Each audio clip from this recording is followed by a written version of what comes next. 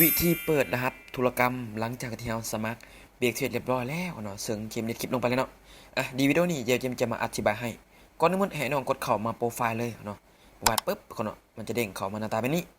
แล้วเราเห็นบ่ 2FA นี่เราเปิดแล้วเนาะหลังจากที่เราเปิดแล้วเนาะก็คือรหัสธุรกรรมนี่ของรหัสธุรกรรมนี่เห็นบ่รหัสผ่านธุรกรรมไอ้น้องก็ต้องได้เปิดเนาะต้องได้เปิดเพราะว่าต้องใช้ในการ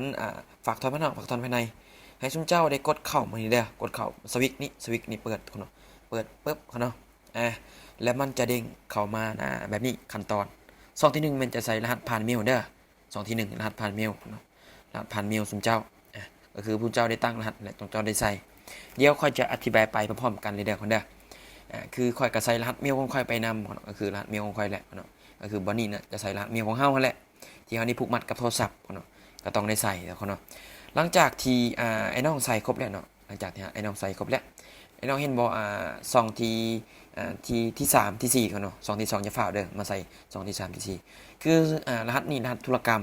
ก็ต้องได้จื้อรหัสนี่เขาต้องได้สร้างเองคือสมมติว่าค่อยจะใส่รหัสอันนี้สมมติค่อยจะใส่รหัส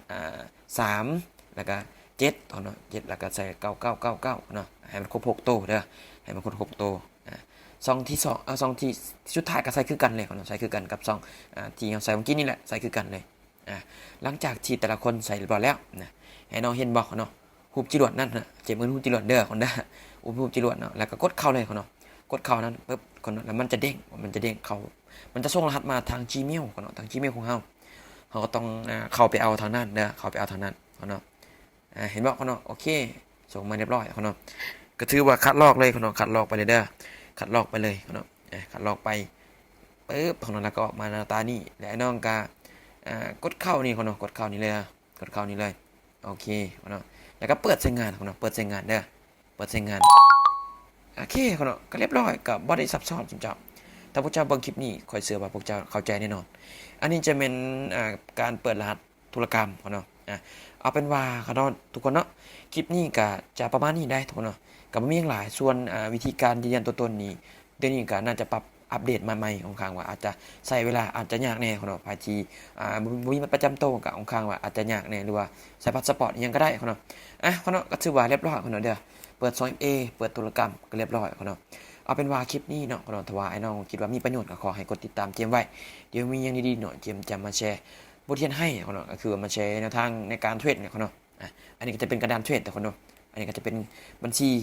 เนาะถ้าอยากเติมมันจริงก็สามารถเติมได้เนาะก็บ่ได้นำให้เฮียนฮู้เบิ่งก่อนภายที่เข้ามาใหม่เนาะเอาเป็นว่าคลิปนี้ก็ประมาณนี้ทุกคนเด้อขอบใจทุกคนเด้อที่รับฟังที่รับชมคลิปเจมจนจบเนาะขอบใจหลายทุกคนเนาะถ้าว่า